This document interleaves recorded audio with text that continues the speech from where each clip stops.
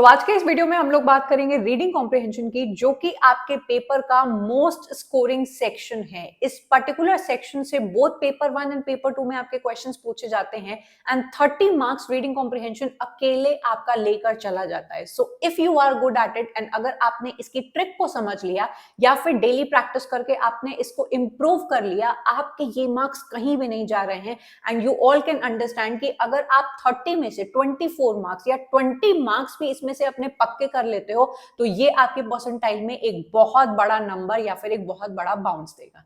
जैसा कि मैंने कहा कि ये जो रीडिंग कॉम्प्रिहेंशन है बोथ पेपर 1 एंड पेपर 2 में आता है। पेपर 1 में आते हैं आपके 5 क्वेश्चन, कोई भी एक पैसेज उठा के आपसे 5 क्वेश्चन पूछे जाते हैं।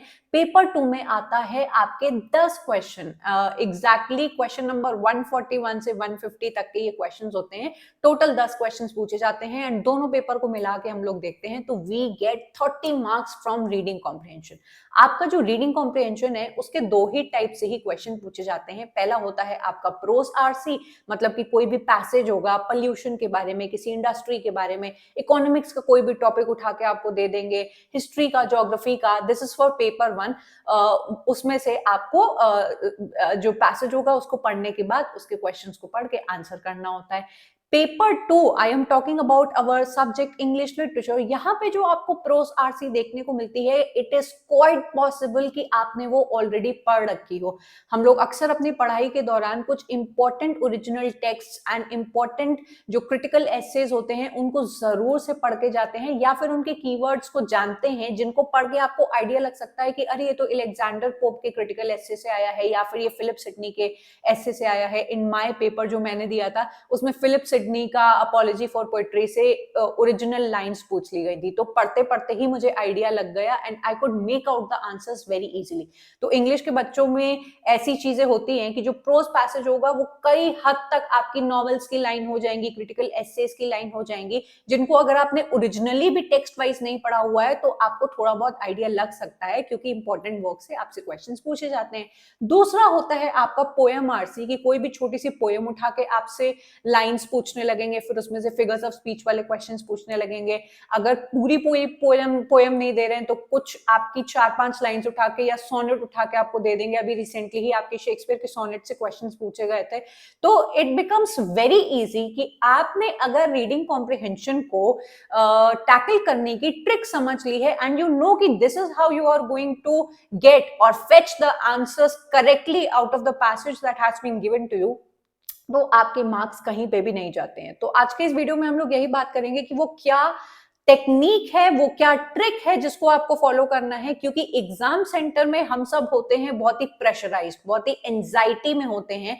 तभी आपका रीडिंग कॉम्प्रिहेंशन एक ऐसी चीज होता है जहां आंसर सिर्फ मात्र आपको लोकेट करना होता है, आप उसको गलत करके चले आते हो।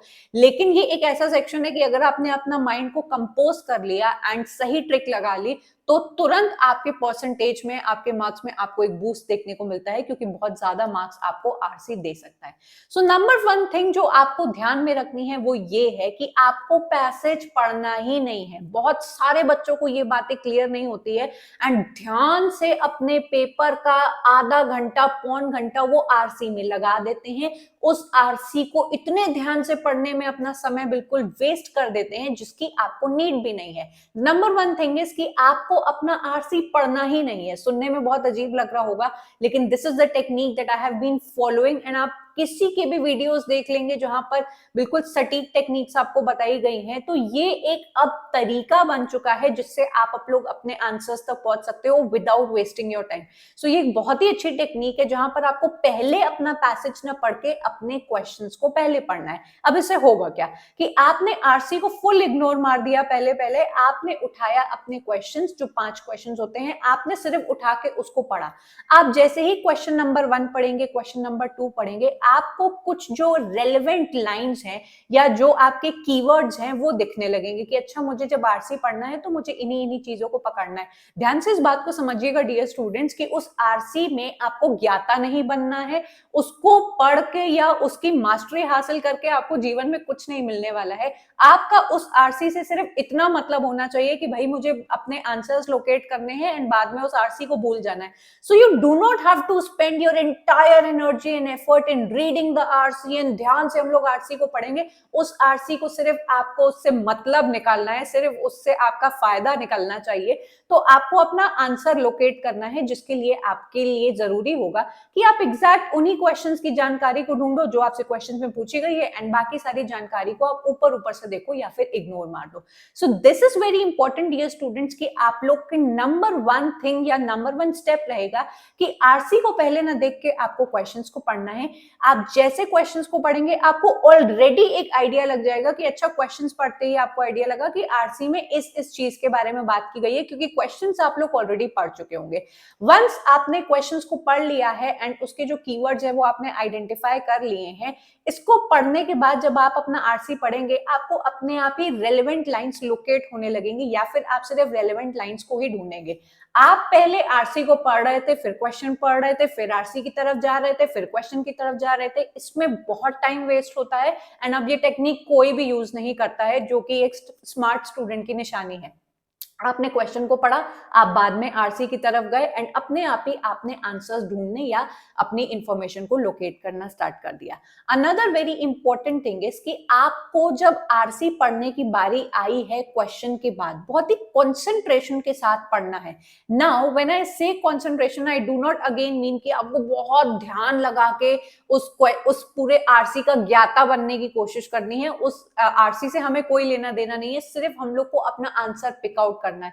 तो जब क्वेश्चंस आपके दिमाग में है, कीवर्ड्स आपके दिमाग में है, आप जैसे जैसे अपने आरसी को पढ़ते चले जाओगे, आप खुद देखेंगे कि आपकी इंफॉर्मेशन क्लैश कर रही है आपके सामने, क्योंकि क्वेश्चंस आपके माइंड में ऑलरेडी है एंड आप वही आंसर पिक आउट कर रहे हो जिसकी आपको नीड है। नाउ ये सुनने में बहुत आसान लगता है कि अच्छा, ये इतना आसान होता तो सभी बच्चे नहीं आरसी अपना कर लेते। This is where the difference lies कि जो उस एग्जाम सेंटर के एनवायरमेंट में अपने दिमाग को बहुत ही काम एंड कंपोज्ड रख पाता है, वही एग्जैक्टली आंसर्स ढूंढ पाता है। इस बात को समझिएगा डियर स्टूडेंट्स, आंसर सभी के लिए वहां पर एक जैसे आंसर्स मौजूद होते हैं ऑलरेडी। ऐसा नहीं है कि मेरे लिए कुछ अलग आंसर है, आपके लिए कुछ अलग आंसर है। It is how am I able to control my self and how are good my reading comprehension skills. वो पैसेज हर बच्चे के लिए बराबर है। देखो, हम लोग अपने इंग्लिश की तैयारी करके जाते हैं तो किसी को कोई डेट याद आई, किसी को कोई नाम याद आया, तब जाके उसके मार्क्स करेक्ट बनते हैं या आंसर करेक्ट बनता है। बट आरसी इज समथिंग जो हर बच्चे के लिए बराबर है। It is your reading skills and आप कितने अच्छी तरीके से जो लिखा है उसको कॉम्प्रिहेंड कर पाते हो, वहीं पे ही पूरा डिफरेंस लाई करता है, इसीलिए उसको रीडिंग कॉम्प्रिहेंशन कहते हैं।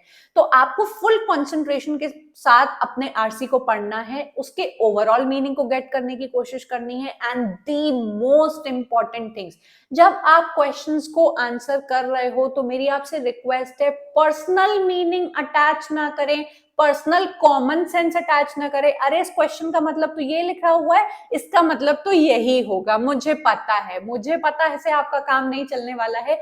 You do not have to alter the information that is already given in the passage just by attaching your personal fallacies and your personal common sense कि अरे यही होगा इसका आंसर।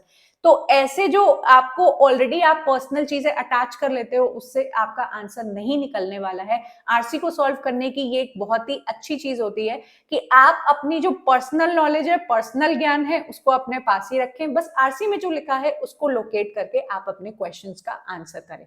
मैं आपको एक आरसी दिखा देती हूं, आप आराम से वीडियो को रोक के इसको पढ़ सकते हैं। नंबर वन थिंग आपको क्या करनी है, जैसे कि आपके एग्जाम में ये आरसी आ गया तो मैंने आपको क्या कहा कि सबसे पहले आपको आरसी पढ़ना ही नहीं है, मतलब कि हम लोग इसको इग्नोर मार देंगे, हम लोग डायरेक्ट चलेंगे क्वेश्चंस की तरफ। अब मैं आपको एक एग्जाम्पल दे रही हूं, आप इत्मीनान से बाद में इस पूरे आरसी को पढ़ सकते हैं।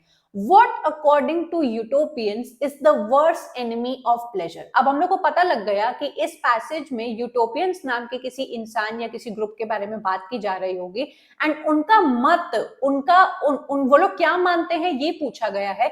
इससे आपको ये चीज ध्यान रखनी है कि आप खुद समझिएगा कि इसमें आपकी जानकारी नहीं मांगी गई है, इसमें यूटोपियंस के अकॉर्डिंग प्लेजर की वर्स्ट एनिमी क्या है आपसे पूछी गई है। तो आपको बस सीधा सीधा अपने पैसेज में जाना है और लाइन ढूंढना स्टार्ट कर देना है कि आपके यूटोपियंस के अकॉर्डिंग क्या आपके प्लेजर की एनिमी है? आप अगर ध्यान से इस पूरे पैसेज को देखेंगे तो एग्जैक्ट लाइंस लोकेट कर पाएंगे जो कि है ये, pain is the bitter enemy of pleasure. अब देखो लाइंस वर्डिंग्स थोड़ी सी आपकी बदली हुई है, वहां पे लिखा हुआ है आपका worse enemy of pleasure and यहाँ पे आपका लिखा हुआ है बिटर एनिमी ऑफ प्लेजर। अब इतना तो आपको थाली में परोस के एग्जैक्ट लाइंस तो वो लोग नहीं देंगे, लेकिन इस चीज को लोकेट कर पाना एक नेट स्टूडेंट के लिए बहुत ही कठिन चीज नहीं होगी और इससे आपका आंसर मिल जाएगा कि आपके यूटोपियंस के according worse enemy of pleasure क्या है, आपका पेन है। सिंपल सिंपल आंसर, आपने इसमें ना दिमाग लगाया, आपने ना इसमें बहुत ज्यादा टाइम स्पेंड किया कि नहीं नहीं मुझे ढूंढना है, मुझे इसके बारे में सारी जानकारी होनी चाहिए। भाई सामने लिखा हुआ है कि pain is the bitter enemy of pleasure, आपने इस चीज को मिल गई एंड आपने अपना आंसर क्लिक किया और आप आगे बढ़ गए। I hope this is clear. अभी आपको देखने में आसान लग रहा होगा क्योंकि मैं करा रही हूँ, लेकिन मैं वीडियो के एंड तक आपको ये भी बताऊंगी कि how are you going to get better at reading RC, जो कि आपकी डेली प्रैक्टिस से होगा, which I will tell you. अगला क्वेश्चन हम लोग देखेंगे, which of the following figures of speech could be appropriately read in the last sentence of the passage। ये वाले जो क्वेश्चंस होते हैं ना, जहां पर ऑलरेडी आपको लोकेशन भी दी होती है कि आपने पूरा पैसेज पढ़ा तो उसकी पहली लाइन में ये जो फिगर्स ऑफ स्पीच आ रहा है उसका मतलब क्या है, तो आपको कुछ ढूंढना ही नहीं पड़ता है, आप डायरेक्ट अपने पैसेज की तरफ जाते हो, उसकी लास्ट लाइन को पकड़ते हो एंड अपने दिमाग से उसको ढूंढने लगते हो कि भाई वहां पर जो 4 ऑप्शन दिए हुए हैं इसमें से कौन सा मेरा ऑप्शन मैच बैठता है। तो right now because I am not, हम लोग बहुत बिल्कुल अच्छे से पढ़ाई नहीं कर रहे हैं, I am just telling you कि किस तरीके से एग्जाम में इसको फटाफट से आरसी के क्वेश्चंस निकालने हैं। इत्मीनान से बाद में आप लोग मैच कर लीजिएगा या फिर इसको सॉल्व कर लीजिएगा। तो लास्ट सेंटेंस बोला, डायरेक्टली लास्ट सेंटेंस में हम लोग चले गए एंड हम लोग ने अपने अकॉर्डिंग देख लिया कि क्या है उसके अंदर आने वाला फिगर्स ऑफ स्पीच। अगला क्वेश्चन हम लोग देखेंगे, अकॉर्डिंग टू यूटोपियंस। देखो फिर से यूटोपियंस के लिए बोला हुआ है, तो जब आप आरसी को छोड़ के क्वेश्चंस को ही पहले पढ़ लेंगे आपको पता होगा कि किसके बारे में बात की जा रही है।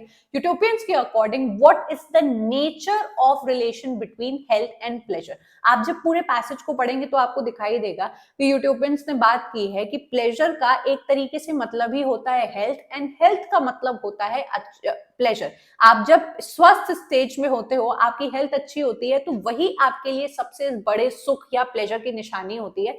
ये चीज आप लोग बहुत ही आसान तरीके से उस पैसेज को पढ़ने के बाद लोकेट कर पाओगे या मीनिंग को डेसिफर कर पाओगे। Health is crucial to pleasure. आप कभी भी बहुत ही अच्छी एंड मजेदार स्टेज में नहीं हो सकते हो अगर आपका स्वास्थ्य ही खराब है, जो उस पैसेज को पढ़ने के बाद आपको क्लियरली समझ में आ जाएगा। इसमें कोई दिमाग आपको लगाना नहीं पड़ेगा।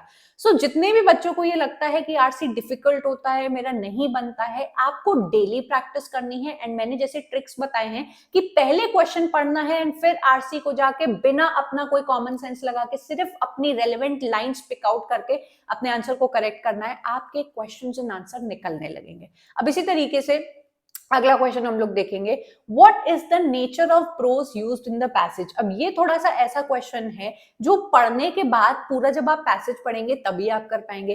क्या ये पैसेज एक नरेटिव प्रोज है, कोई कहानी बता रहा है आपको, क्या ये डिस्क्रिप्टिव प्रोज है, किसी भी पर्टिकुलर चीज के बारे में डिस्क्रिप्शन दे रहा है आपको, क्या या फिर ये आर्ग्यूमेंटेटिव प्रोज है कि हेल्थ ज्यादा बेटर हुआ या फिर आपकी प्लेजर ज्यादा बेटर हुई। प्लेजर की स्टेट को हासिल करने के लिए हेल्थ की जरूरत है एंड हेल्थ को हासिल करने के लिए हेल्थ अगर आपको मिल गई तो प्लेजर आपको मिल जाएंगे। तो ये आपके खुद का दिमाग है कि आप वहां पे क्या क्लिक करते हो, आपके अकॉर्डिंग आपको क्या क्या पता है narrative prose, descriptive prose and आपके आर्ग्यूमेंटेटिव प्रोज के बारे में। ठीक है, तो कुछ जानकारी तो मैं मानती हूं कि ऐसा पॉसिबल नहीं होगा कि 5 में से 5 क्वेश्चन आपके करेक्ट बैठ जाएंगे, लेकिन अगर 4 क्वेश्चन भी हमारे ठीक बैठ जाते हैं तो it is a win win situation for us. अब हम लोग एक पोएट्री पैसेज को भी देखेंगे ताकि आपको पता हो कि एग्जाम में इन दोनों को कैसे डील करना है। पोएट्री पैसेज आपको यहाँ पे दिखाई दे रहा है एंड ये जो क्वेश्चन है ये आपके अभी 5 सितंबर जो लास्ट पेपर है 2024 उसमें पूछा गया था। दिस इज नॉट ऐसा क्वेश्चन जो मैं खुद से बनाकर लेके आई हूँ, आपके एग्जाम में आया हुआ है। Between my finger and my thumb the squat pen rest snug as a gun. इसको पढ़ते ही मुझे तुरंत क्लिक कर गया कि यार ये पोएट्री तो मैंने पढ़ रखी है। सीमस हीनी की जो बहुत ही फेमस पोएट्री है, आपकी डिगिंग पूरी वही उठाकर आपको दे दी गई है। तो अगर जो बच्चा टेक्स्ट पढ़ के जाता है एंड सिर्फ समरी पढ़ के नहीं चला जाता है अपने एग्जाम में, तो बहुत सारी आरसी ऐसा है पॉसिबल कि आपकी सेम बैठ जाएगी। एंड सीमस चीनी को आपने पढ़ रखा है एंड डिगिंग आपने पढ़ रखी है, तो इसके क्वेश्चंस आपके 4 या 3 तो करेक्ट बैठने ही बैठने हैं, वो आपके कहीं पे भी नहीं गए। तो पहला क्वेश्चन आपसे पूछा गया है, the comparison of gun to a pen in the poem signifies. अगर आपने इस पोएट्री को पढ़ा है या फिर आप आराम से वीडियो को रोक के पढ़ सकते हैं, तो आपको पता है कि इस पोएट्री के अंदर कंपेयर किया गया है गन को एज अ पेन। जैसे हम लोग अपने जीवन में भी बोलते हैं कि जो काम तलवार भी नहीं कर सकती या तलवार के जैसा ही जो काम है वो आपकी पेन भी कर सकती है, पेन में भी वो क्षमता होती है। सो गन का कंपैरिजन किया गया है आपकी पेन से, ये बताने के लिए कि जैसे गन को एक लीथल वेपन की तरह देखा जाता है, किसी के शब्द जो होते हैं that is written in the paper with a pen, वो भी उतने ही लीथल हो सकते हैं, और ये आपको पढ़ के तुरंत आइडिया लग जाएगा। अगला जो हमारा क्वेश्चन है, what do you understand by the world view of the speaker as articulated in the poem. जानबूझ के आप लोग को ऐसे क्वेश्चंस या ऐसी पोएट्री दी जाती है जो आप लोग ने ऑलरेडी पढ़ रखी होती है, तभी आप लोग इसके आसानी से क्वेश्चंस कर लोगे, ठीक है। Then which of the following statement suitably describes the speaker's attitude towards his father's work. आप उस पूरी पोएट्री को पढ़ेंगे तो आपको दिखाई देगा कि बहुत ही अच्छी तरीके से उन्होंने पोर्ट्रे किया है कि किस तरीके से उनके फादर एक फील्ड के अंदर पोटैटो की डिगिंग कर रहे हैं, पोटैटो की फसल को उगा रहे हैं, एंड जिस तरीके से इस ऑथर के हाथ में पेन है, ये उसका काम है, उसी तरीके से उनके हाथ में जो कुल्हाड़ी या स्पेड जो होता है वो कंपेयर किया जा रहा है उनके पेन की तरह। मतलब अपने फादर के काम को वो बहुत ही इज्जत से देखते हैं। जिस तरीके से लिखना, authorship is a very respectable job, जो काम इनके फादर कर रहे हैं that is also a very hard work and a very respectable job, जिससे आपके ये क्वेश्चन बन जाएंगे, ठीक है। तो मेरी आप सब लोग से रिक्वेस्ट है कि आज जो आपने चीजें रिसीव की कि इस तरीके से मुझे आरसी को डील करना है, पहले क्वेश्चंस को देखने हैं फिर आरसी को देखना है, then we have to just pick out the lines and कुछ भी अपनी पर्सनल चीजें अटैच नहीं करनी है, उसको आप डेली प्रैक्टिस करिए। मैंने अपने पीवाईक्यू टेस्ट सीरीज में एक पूरा अलग सेक्शन बनाया है आरसी का, जिसको अगर आप क्लिक करोगे तो वहां पे सारे आरसी ओवर द इयर्स जितने भी आपके एग्जाम में पूछे गए हैं वो एक ही जगह पे आ जाएंगे। एक दिन में अगर आप एक प्रोज और एक पोएट्री का आरसी प्रैक्टिस करते हो, ट्रस्ट मी ऑन दिस कि 30 डेज आप कंटिन्यूअसली इसको प्रैक्टिस करोगे, डे बाय डे आप बेटर होते जाओगे in finding out the answers. And अगर आप आरसी को अभी भी इग्नोर मार रहे हो कि यार एग्जाम में आएगा तो देख लिया जाएगा ना, तो you are doing a big mistake. मेरी आपसे रिक्वेस्ट है कि आप लोग आरसी की डेली प्रैक्टिस करिए। 2 आरसी आप लोग को डेली लगाने ही चाहिए, जिससे आपके एग्जाम आते आते आप लोग इसमें बहुत बेटर हो जाए। जो मैंने ट्रिक बताई है उसको यूज करके देखना, you will be so thankful. जब आपके आंसर्स बनने लगेंगे आपको जो कॉन्फिडेंस फील होगा एग्जाम में जाके भी आप लोग उसी कॉन्फिडेंस से अपने आरसी को क्रैक कर पाओगे। सो आई होप आपको वीडियो आज का अच्छा लगा होगा एंड चीजें समझ में आई होंगी। Do let me know your feedback by clicking on the comment button. अपने जो कमेंट्स है मुझ तक जरूर पहुंचाइएगा कि आपको क्या प्रॉब्लम्स आती हैं या फिर आपने पैसेज सॉल्व किया कि नहीं इस तरीके से। एंड अगर आप मेरे कोर्सेज में इंटरेस्टेड हो तो एक बार उनको भी जरूर से चेकआउट करेगा। अगर आपका कोई भी इनमें से सेक्शन प्रिपेयर नहीं है तो you can study from them in very easy language with lecture by lecture, and आपके क्वेश्चंस भी इन्हीं लेक्चर में इन्वॉल्व होते हैं। आप लोग जरूर से मेरे टेलीग्राम और मेरे व्हाट्सएप ग्रुप का पार्ट बन जाइए। बच्चे डेली यहाँ पे डिजिटली अपनी प्रैक्टिस ऑलरेडी कर रहे हैं of different sections of the syllabus, जिसके क्वेश्चंस आपको मिल जाते हैं उन्हीं फॉर्मेट में जिस फॉर्मेट में आपके एग्जाम में क्वेश्चंस पूछे जा रहे हैं। मेक श्योर आपने मिस आउट नहीं किया है इन क्वेश्चंस को, एंड आप जरूर से मेरे कोर्स एंड मेरे बाकी यूट्यूब प्लेटफॉर्म से भी जुड़े रहे। आई होप आपको वीडियो आज का बहुत अच्छा लगा होगा एंड आप इस चीज को फॉलो करेंगे एंड अपना फीडबैक भी मुझे जरूर से देंगे। I am going to meet you up next in yet another video. Up till then bye and take care.